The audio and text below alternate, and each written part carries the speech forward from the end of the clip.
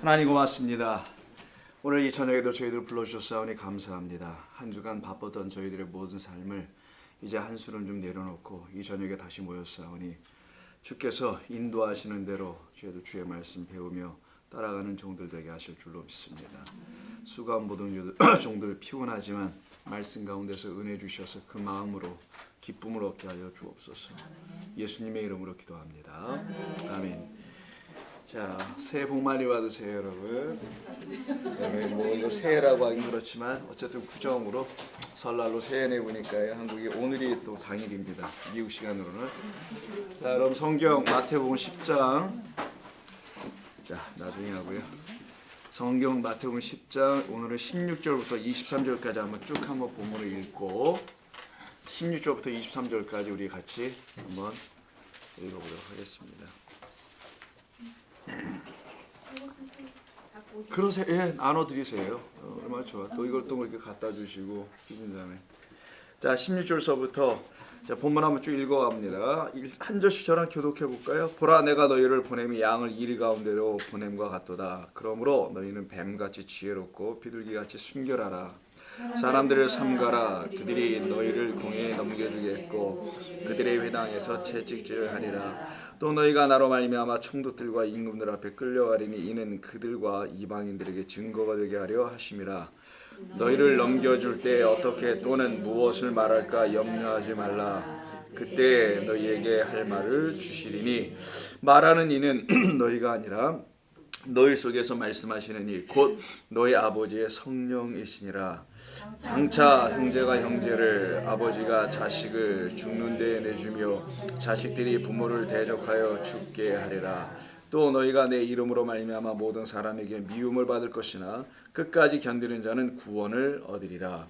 이 동네에서 너희를 박해하든지 저 동네로 피하라.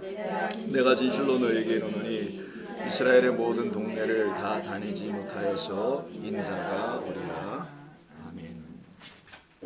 자, 지난 시간에까지 우리 계속해서 우리 10장에 있는 말씀 나누고 있는데요. 이제 파송하는 거죠. 파송의 목적은 우리가 쉽게 이해하는 말로 전도하라는 겁니다. 전도의 목적은 사람을 불러오는 것이 아니라 진리를 전하는 게 전도겠죠. 그래서 참된 하나님의 말씀을 전하는 것이 전도, 도를 전한다.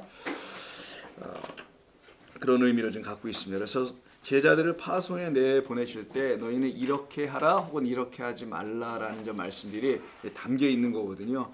그런 내용들이 어떤 것인지 우리 지난 시간에 한번 했던 걸 기억하시는지 모르겠는데요. 어느 집에 합당한 집을 찾아 들어가서 그 집에 평안을 빌라가 아니라 세상 사람들이 말하는 그런 평안 주라는 것도 아니고 우리가 또 그런 평안 줄 재간도 없습니다. 그러니까 예수님의 평안을 말하는 것이죠. 예수의 평안, 즉 하나님 나라의 그 평강을 그에게 주라는 겁니다. 근데 그가 만약 그 평강 필요하지 않고 나는 다른 평강 필요해요라고 말하는 사람에게는 그 평강 줄 수 없을 것이고 그로 인하여서 어떻게 된다 그랬습니까? 그들이 그 평강을 갖지 않게 됨으로 인하여서 구별된다는 걸 느끼고 그걸 알고 돌아오게 된다는 것이었죠. 그래서 세상과 내가 다르다는 것을 1차적으로 아는 거거든요. 그래서 전도는 사실상 전도의 목적은 우리가 누구를 구원하러 나간다는 말이라기보다는 내가 구원받았다는 것을 확증받는 시간인 것이겠죠. 확인받는 시간이기도 합니다. 말 그대로 세상의 평안을 더 이상 얻지 않도록 나를 이미 구원해 내셨잖아요. 그럼 구원받은 내가 그 평안의 복음, 은혜의 복음을 가서 전하러 나갔을 때 그것을 영접하는 자와 영접하지 않는 자를 이렇게 나눠지고 구별이 되는데 그 구별되는 세상에서 너희는 내가 택하는 백성들을 보게 될 것이고 그들은 또 내 말을 너희들을 통하여서 동일한 그 말을 듣게 될 것이다 라는 것이었죠. 자, 이제 그게 지난 시간의 말씀이었던 것입니다. 이제 오늘은 어떤 말씀을 또 우리 주님이 하시냐면은 제자들에게 보라 내가 너희를 보냄이 자 양을 이리 가운데 보낸과 같도다. 같도다니까 비유죠. 이거는 자 비유인데 이 비유가 이제 실제적인 내용을 담고 있는 비유입니다. 그래서 비유가 실제적인 내용보다 더 좀 험상궂어 보이지 않습니까? 자, 양을 이리 가운데로 보낸과 같도다라는 말 속에서 뭔가 좀 느껴지는 게 있잖아요. 그러므로 너희는 뱀같이 지혜롭고 비둘기같이 순결하라 라고 되어 있습니다. 자, 양같이 이들을 보내시겠다네요. 이리 가운데로 보냅니다. 근데 여기서 우리가 첫 번째 16절에서 주의 있게 봐야 될 것은 자 너희를 보낸다라는 것인데요. 누가 보낸다고 합니까? 자, 예수님이 주님께서 보내신다는 것이죠. 그러니까 제자들은 보냄을 받은 자인 것이 자기들이 어디로 스스로 뭘 찾아가고 막 이러는 게 아니라는 겁니다. 일단 이 전도라는 것 자체가 어떤 존재를 만나는 건데, 그 만나는 것이 내가 저 사람 꼭 전도할 거야, 1대1 뭐 전도 뭐 이런 거 있죠. 태신자 전도 뭐 등등. 뭐 우리 교인들은 그런 거 잘 모르시는 것 같아요. 우리가 안 해가지고. 그런 게 있습니다. 자, 그런 걸로 해서 누구를 찜해놓고 그를 전도해야 되겠다는 것이 전도가 아니고, 그런 거는 교인 수 늘리기 위한 여러 가지 방식들이죠. 전략들일 거라고 보고요. 전도는 무엇이냐면 주님께서 가라 하시는 명령에 가는 겁니다. 라는 게 1차적으로 전도에 대한 이해죠. 이때 보내신다는 말이 이제 아포스텔로인데, 이 아포스텔로에서 나온 게 저 사도라는 뜻인 아포스톨로스라는 말이 나오는 거거든요. 그러니까 보냄을 받은 자라는 거예요. 아포스톨로스는 수동태라 항상 보낸 자가 아니라 보냄을 받은 자인 거예요. 제자들은. 그러니까 우리는 어딘가로 보내는 대로 가는 것이죠. 그러니까 그게 무슨 말이냐면 하루의 일상 혹은 일주일의 한 주간의 삶 혹은 인생 전체가 보냄을 받았다라는 거예요. 어디로부터 보냄을 받았을까요? 이제 중요한 개념인데, 뭐 좋은 교회에서 여러분을 파송해서 내보냈나요? 그런 일은 없었던 것 같고요. 한 주간 주일 예배 잘 드리고 설교 말씀 잘 듣고 은혜 받고 플러스 맛있게 먹고 집에 가서 한 주간을 세상에서 사는 게 교회로부터 보내지는 건가요? 아닙니다. 자, 우리를 보내셨다라는 주체가 주님이라고 되어 있지 않습니까? 주님이 하늘에서 오신 분인 것을 알 때 우리의 본향도 우리가 거기서부터 온 자라는 큰 개념을 한번 가져보라는 거예요. 우리가 어디서 온 자인지를 잘 알게 해주는 말씀이고, 누구로 인해서 이 땅에 보내어진 자라는 것도 알아야 되고, 그런 걸 몰랐을 때는 이런 개념 자체가 이해 자체가 없었죠. 누가 뭐 이렇게 파송해서 선교사님 보낼 때 파송하죠. 예, 파송 예배라는 거. 그런 것처럼 모교에 소속된 선교사님들 이런 식으로 파송돼 나가는 것처럼 이해하는데, 그런 게 아니고 협의적 의미, 아주 작은 의미에서 아마 생각했던 것 같아 보이고, 성도라면 공이 그가 누구이든지 관계없이요, 다 하늘로부터 보냄을 받은 자, 이 땅이란 곳에 우리가 처음엔 땅으로 살다가 하늘이 되어서 그 하늘에서 다시 땅으로 보냄을 받은 자라는 이 생각을 꼭 해야 된다는 것입니다. 그래서 주님께서 보내셨다는 이 말씀을 하는 거예요. 그럼 당연히 주님이 보내죠. 그렇게 단순하게 생각하는 사람들에게는 이런 의미가 뭔지 들어오지 않게 되지만, 자기가 누구인지를 알았다면 이제는 나는 이게 완전히 이런 사람이구나, 나는 이런 존재이구나, 나에 대한 분명한 정체성을 확 말씀 안에서 갖게 된 사람은 다르게 생각합니다. 자, 그럼 누구에게로 어디로 보낸다는 말씀이실까요? 우리 주님께서 어디로 보낸다는 거예요. 즉 이 사도며 제자인 사람들을 누구에게로 어디로 보낸다는 말을 우리가 먼저 질문을 던져봐. 오늘 세 가지 질문을 던질 건데요. 누구에게로 보낼 건가? 두 번째는 가서 무슨 일을 하든지 경험을 할 것인가? 이게 두 번째. 즉 무슨 일을 해야 하는 것이냐는 거죠. 이 사도들이 해야 될 일이에요. 세 번째 뭡니까? 어떤 질문을 할 수 있냐면은, 그러면 어떠한 사람으로 가야 하냐는 거예요. 이 세 가지. 처음에는 누구에게로 혹은 어디에게로 보내신다는 말인가? 두 번째는 가서 무엇을 경험해야 된다는 것인가? 우린 무엇을 꼭 해야만 하는 걸로 알고 있죠. 사실상 무엇을 하는 거라는 것은 우리가 우리를 보낼 때나 쓰는 말이고, 보내시는 분이 이미 있다면 그 보내는 이유도 있습니다. 그럼 거기 가서 무슨 경험을 할 거 아니겠어요. 그러니까 무엇을 하기보다는 무엇을 보고 경험하고 이런 일이 있겠죠. 그게 두 번째 질문하는 거고요. 세 번째는 그렇게 경험하는 사람들은 그 보내지는 그 세상이라는, 어딘지 모릅니다. 아직 우리가 확인하지 않았지만 일단 세상이겠죠. 그곳으로 어떤 존재가 되어서 나가는 건가? 이 세 가지 질문이에요. 어떤 존재로, 어떤 사람으로, 어떤 자로 나가는 건가? 자, 그럼 먼저 첫 번째, 누구에게로 가는 거냐는 거죠. 누구에게로 보내지는 건가? 또 어디로 보내지는 건가? 중요한 것은요, 제자들이 원하는 곳으로 가는 것이 아니라는 것입니다. 그들을 보내시는 주님께서 원하시는 곳으로 간다는 거예요. 주님께서 원하시는 곳이 어딜까? 주님께서 우리를 사랑하시니까 우리가 어디 가도 사랑받는 대로 가게 되지 않을까? 혹시 이런 생각할 수도 있는데, 오늘 본문을 읽어봐서 아시겠지만 그런 내용은 좀 없는 것 같아 보입니다. 주님께서 원하시는 곳은 어디인가? 16절부터 볼까요? 자, 보라, 내가 어디로 보낸답니까? 너희를 보낸다고 하죠. 근데 누구에게로 보낸다고 하죠? 자, 일이라고 합니다. 근데 이건 보냄과 같도다니까 비유죠. 우리들에게 우리를 일에게 보내면 일이 사냥해 오라는 건 아닐 거고, 자, 이 일이는 뭐뭐와 같도다 했으니까 비유해. 그럼 실제적으로 이 일이들을 설명하는 것은 18절에 있어요. 자, 18절. 또 너희가 나로 말미암아 총독들과 임금들 앞에 간다 그래 있잖아요. 물론 끌려가는 겁니다만은 또 누구에게? 그 다음에 이방인들에게라고 돼 있어요. 그러면 우리가 가야 될 대상이 있다라는 거네요. 누구한테 가냐면 총독과 임금들이 한 쌍이고요. 이방인들이 또 한 쌍이에요. 이방이 아닙니다. 이방인들이에요. 어떤 분은 또 이방에게 보냈다. 뭐 사또예요. 이거 뭐 이방에게 보내게. 이방인들입니다. 하나도 재미없어요.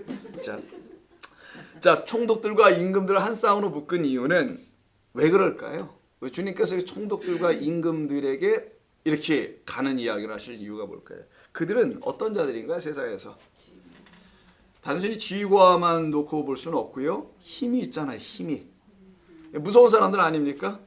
자, 이 힘이 있는, 세상에 힘 있는 자들이라는 것이 바로 총독과 임금들을 말하는 거고요. 이방인들은 하나님을 모르는 자라는 것으로 설명하는 겁니다. 아는다고 하지만 알지 못하는 자. 그 안에 있다고 하지만 아직 교회 안에는 있을 수 있고 성전 안에 있지만 하나님 안에, 그리스도 안에는 없는 자. 이런 자들을 갖다가 이방이라고 하는 거예요. 유대교 밖에 있는 것. 무슨 교회 밖에 있는 사람들을 이방인, 세상 사람이라고 하는 게 아니라 아직 그분 안에, 그 안에 거하지 못한 사람들을 이방인이라고 하는 겁니다. 그러니까 이방인들을 멀리 찾을 수가 없다고 지난주에도 말씀드렸잖아요. 자, 이게 지금 누구에게로 보내지는 건가의 첫 번째 대답이 될 수 있고요. 두 번째로 그럼 어디로 보내지는 건가? 누구와 어디가 같이 있었었죠? 어디로 보내진다고 하냐면 17절을 보세요. 그 바로 윗절. 자, 너희를 공회에 넘겨준다고 하고요. 또다시 회당이라고 얘기를 합니다. 그러니까 장소가 나왔어요. 공회와 회당, 시나가그라는 회당과 공회, 사내들인 공회를 말하는데, 자, 이 공회와 회당, 이스라엘 사람들이 자주 모이는 곳이죠. 회당은 또 뭐 하는 곳입니까? 뭐 말씀을 배운다는 곳이잖아요. 이스라엘 사람들이. 벌써 예배도 드립니다. 지역별로는 안식일 때. 이런 곳이 안식일을 준수하기 위해서 모이는 곳이 회당, 마을 회관 같은 것으로 뭐 다른 행사들도 합니다만은 주로 그 목적으로 회당이 있죠. 두 번째 공회는 재판하는 곳입니다. 민법, 뭐 형법에 걸쳐서 이스라엘은 뭐 종교법이 있는 데였으니까 자, 그 율법으로 심판하는 거, 재판하는 것이 이제 공회입니다. 자, 그럼 공회와 회당이라는 것 두 가지를 다 한마디로 묶으면 그 앞에 6절에서 있었던 말 기억하시나요? 한번 보세요. 오히려 이스라엘 집에 잃어버린 양에게로 가라와죠. 이미 어디로 가라는 그 집의 이름이 나왔었잖아요. 그럼 이미 앞에서 우리가 말씀 나눴던 걸 기억해 본다면 이스라엘 집을 풀어 쓴 게 공회와 회당일 뿐이라는 거잖아요. 근데 지난번에 이스라엘이 돼야 될 그 집이었는데 그 집이 사실은 잃어버린 집이라는 거였지 않습니까? 우리가 말씀 나눌 때 기억하시라고 보고요. 즉 이스라엘 집에 잃어버린 양, 그 안에 잃어버린 양들이 있다라는 겁니다. 잃어버린 내 백성이 있다라는 거예요. 그 중에 목자가 어떤 음성을 그 잃어버린 양에게 전하면 그 중에 내 양들은 나올 거라는 겁니다. 양의 탈을 쓴 이리들은 안 나오지만 양들은 나올 거라는 걸 전제하셨어요. 그게 바로 이미 앞에 7장에 나옵니다. 나중에 한번 보겠습니다만 지금은 안 보고요. 자, 10장 23절도 한번 보세요. 10장 23절 뭐라고 돼 있나요? 10장 23절에서도 어디로 보내라고? 동네에서 저 동네, 이렇게 동네로 피하라고 돼 있죠. 이 동네가 사실 여기서 또 동네라고 번역을 해가지고 어디 시골의 동네처럼 느껴지잖아요. 뭐 서울시로 가라 라면 좀 큰 개념이 들어오는데 갑자기 동네라니까 뭐 촌 동네로 잠깐만 생각해야 되는데 이게 사실은 앞에서 여러분 11절에서 제가 나눠 얘기했던 어떤 성이라는 게 있죠. 어떤 성이나 마을에 들어갈 때 성에 대해서 우리가 얘기했던 거 기억나십니까? 이 성은 거룩한 성에다가도 쓰는 말이었다라는 거. 마귀가 예수님을 시험할 때 거룩한 성으로 데리고 올라가시잖아요. 그럴 때 쓰는 말이고 이거 폴리스라는 단어인데 이게 여기서 동네라고 또 이게 다른 번역이 되는데 여기서 성이라고 같이 쓰든지 원래 이게 도시라는 말입니다. 그러니까 사람들 많이 있는 곳이겠죠. 그런데 성경에서 이 성은 그런 성이 아니고 다른 의미, 스스로 자기들이 거룩하다고 모여있는 어떤 사람들의 집단, 모임, 이곳을 말씀하는 것이 바로 이 동네라고 표현되어 있는 폴리스라는 성입니다. 바로 이곳으로 우리 주님께서 이들을 보내시겠다라는 거예요. 누구에게도 나왔어요? 세상에 힘 있는 자들과 하나님 안에 거하지 못한 자들에게 보내시고요. 그들은 어디서 있는지도 장소도 알려주신 거예요. 그들은 바로 이스라엘이란 그 집, 회당과 공회 이런 곳에 혹은 자기들 스스로 거룩하다고 하는 어떤 도시, 그런 동네에 있다는 겁니다. 자, 두 번째 질문이 있었죠. 이들이 가서 그럼 경험해야 될 게 무엇인가? 두 번째 이제 경험, 어떤 걸 이들은 경험하게 되는가? 자, 첫 번째 한 5가지로 나와야 되는데 먼저 경험해야 될 것 중에 첫 번째는 주의하라는 말인 그 말서부터 좀 봐야 됩니다. 자, 16절, 17절 한번 보세요. 17절을 보시게 되면 이런 말씀, 사람들을 삼가라는 말이 나죠. 자, 사람들을 삼가라라는 것이 그들이 경험하거나 해야 될 일 중에 첫 번째예요. 자, 여기로 가서 뭐 하냐? 자, 그 비유로 나와 있는 16절은 나중에 좀 다루기로 하고요. 17절부터 먼저 보시게 되면 뭐라고 되어 있냐면 너희는 사람들을 삼가라. 사람들 조심하라는 말은 아닙니다. 이거는 프로세코라는 말로 이미 앞에서 나온 게 있어요. 자, 그럼 이 사람들이 누구일까를 먼저 알면은 그 주의한다는 것이 사람들 뭐 조심해 나가서 위험한 사람들도 있으니까 이런 말이 아니라는 것을 알게 됩니다. 그럼 누구이냐? 14절에 있습니다. 이 사람들이 이미 14절 앞에 문맥으로 항상 읽으라는 거예요. 여러분 성경을 우리 주님 말씀하신 연속된 말씀이기 때문에 누구든지 너희를 영접하지 아니하고 너희 말을 듣지도 아니하는 자들이 있어요. 이 사람들을 어떻게 하라? 삼가하라라는 거예요. 주의하라. 이 사람들을 주의하라라는 겁니다. 자, 14절에서 나왔던 그 사람들, 예수님의 평안을, 예수의 평안을 거부하는 자들이었죠. 은혜의 복음을 못마땅하는 자들입니다. 그것을 거부하는, 그래서 여전히 자기들의 수고나 열심을 끝까지 주장하고 있는 사람들일 수 있겠죠. 바로 그 사람들을 주의하라. 그래서 예수님께서 이 사람들을 산상수훈에서 묶음으로 얘기하신 게 6장에 한번 가서 보죠.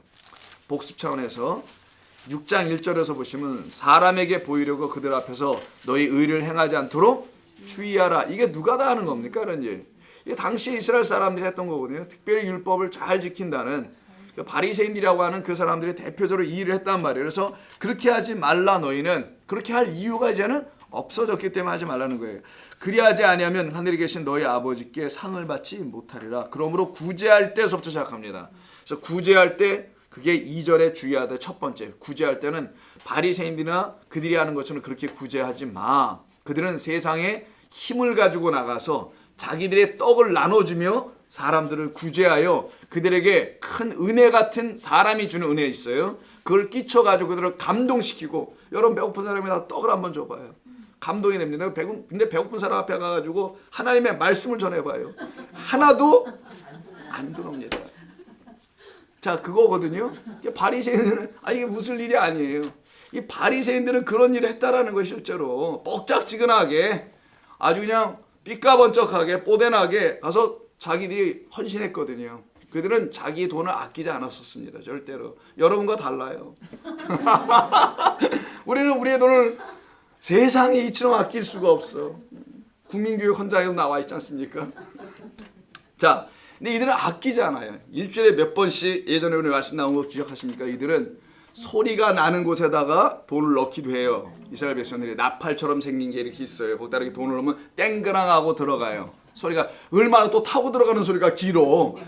그래서 흘러 들어갈 거 아니에요. 관을 타고. 그러면서 그거는 암스기브, 소위 남을 도와주는 그걸 연보한다 그러죠. 연보의 헌금함이 따로 있었단 말이에요. 그들에게는. 그러나 진짜 바리새인들은요 그렇게 안 했어요. 그거는 여기 있는 우리 집사님들이랑 하는 거고 너가 지금 보도록 꼭 좀 봐주세요 막 이러면서 하는 거고, 진짜 바리새인들은요 뒤에 따로 있습니다. 방에 보이지 않는 곳에 거기다가 갖다 연보를 했단 말이에요. 그렇게 철저하게 연보해서 그 돈들을 가지고 떡을, 빵을, 먹을 것을, 입을 것을 가지고 구제해 줬단 말이에요. 그런 걸 성경은 구제가 아니라고 예수님이 말하니 예수님을 누가 이뻐하겠냐고요. 사람들이 당시에 돌이 당연히 날라오죠. 너희들 그건 구제가 아니야 라고 얘기해 버리는데, 요즘 말로 쉽게 얘기할게요. 선교지에 가서 빵 공장 만들어 주는 거 그건 나쁜 거 아닙니다. 그런데 빵 공장만 지어주고 그들에게 너희들도 열심히 하나님 믿으면은 예수 믿고 세례받고 하면은 이렇게 빵을 먹을 수 있어. 이런 빵을 또 나눠줄 수 있는 힘을 키울 수 있어. 라고 그들에게 감동을 주는